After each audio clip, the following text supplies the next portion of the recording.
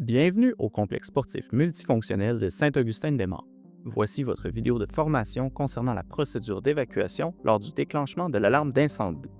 Souvenez-vous qu'en dehors de toute formation particulière, il est dans votre contrat de travail de vous familiariser avec le guide des procédures ainsi que l'ensemble du fonctionnement de votre métier. Demandez à votre collègue, superviseur et à votre employeur pour avoir l'information la plus juste possible. Lorsqu'il y a une urgence dans le complexe qui mérite une évacuation de la piscine, l'alarme du complexe va se déclencher. Qu'il s'agisse d'un incendie, d'une fuite de gaz, d'un bruit des machines ou toute autre urgence, n'attendez pas d'être avisé ou d'avoir toute l'information.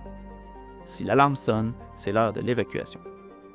À deux sauveteurs, préparez-vous à siffler, puis siffler ensemble en même temps un long coup. Le premier sauveteur s'occupe de l'évacuation. C'est celui qui est le plus proche de la sortie de secours et qui dirige tous les clients vers la porte d'urgence qui mène au stationnement extérieur. L'autre sauveteur se déplace rapidement, mais sécuritairement, pour aller chercher le matériel qui sera utile à l'évacuation. N'oubliez pas que la priorité est d'évacuer les lieux le plus rapidement possible en évitant les dangers.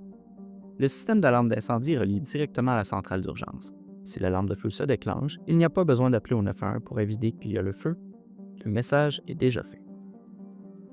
Dans le cas que la porte de secours menant au stationnement extérieur est bloquée, il est préférable de passer non pas par les vestiaires clients, mais par le bureau des sauveteurs pour atteindre l'extérieur. Ne perdez pas de vue que l'objectif est d'évacuer les lieux. Le matériel utile et nécessaire lors de l'évacuation pour les clients de la piscine sont les bas et les couvertures thermiques. Emmenez le chariot à roulettes le plus près possible de la porte d'évacuation. Même si on évite les dangers de, par exemple, un incendie, il faut aussi prévenir les risques liés à l'hypothermie due au fait de sortir en maillot de bain à l'extérieur. Si un client retarde l'évacuation, soyez directif. C'est votre rôle de sauveteur de vous assurer de quitter la piscine en dernier. Ne mettez pas à risque votre sécurité de façon inutile. Toutefois, assumez votre rôle à diriger les clients. Soyez affirmatif. Alors que l'évacuation est en cours, un sauveteur continue de s'assurer que la clientèle sort à l'extérieur. Son collègue va investiguer rapidement que les vestiaires sont bel et bien vides. Avant de quitter la piscine, veillez à barrer les vestiaires et l'accès à la piscine pour vous assurer qu'aucun client ne puisse revenir mettre les pieds dans une zone évacuée. Une fois dehors, orientez les clients vers le point de rassemblement qui se trouve dans le stationnement. Si vous avez des clients à mobilité réduite, ils peuvent vous attendre en haut près de la porte extérieure. Vous pourrez ensuite les aider à descendre lorsque l'ensemble de l'évacuation sera faite. Une fois vos rôles et obligations auprès de la piscine complétés, rendez-vous aussi au point de rassemblement. Veillez au bien-être des clients à ce moment. Vous verrez peut-être des clients qui ont besoin d'être rassurés.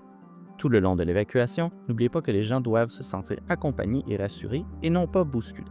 Par temps froid, il y a un plan de relocalisation.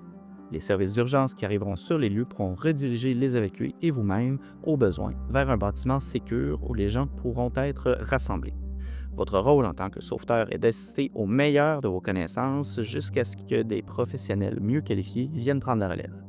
Si vous avez des questions supplémentaires, demandez à votre employeur de vous orienter dans votre réflexion.